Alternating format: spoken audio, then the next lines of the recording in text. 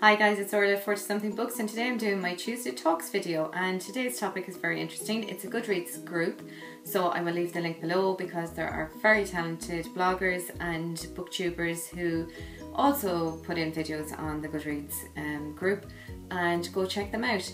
Today's topic is how much background do you need in novels? So my opinion on backgrounds and prologues is kind of a little bit mixed. For example, I don't like a particularly long prologue in a standalone book. I find it a little bit frustrating, and I suppose I'm a little bit childish. If I open up a book and see a 20 or 30 page prologue for a book, I'm like, oh my gosh, and I will skim through it. But I can actually see why an author might use one, particularly if it's to sort of get the plot going faster so that we don't need chapters and chapters of backstory, or if it's to portray a character in a certain way so that we will understand them better and maybe have sympathy or understanding for that character. I can see why a prologue is maybe needed.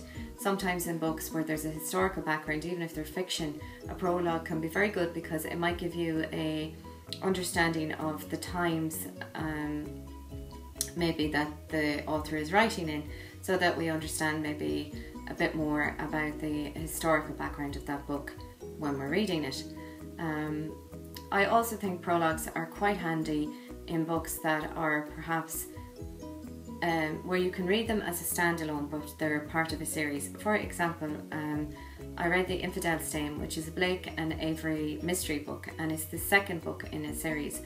And I knew from a other booktuber's review and reading the blurb on the back of the first book in the series that I wouldn't really like it because it was based in India, and I just had mixed feelings about reading the first book basically.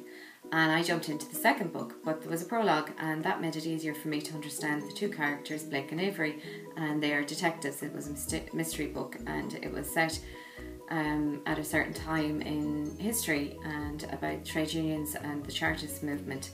And so I found that really helpful and very useful.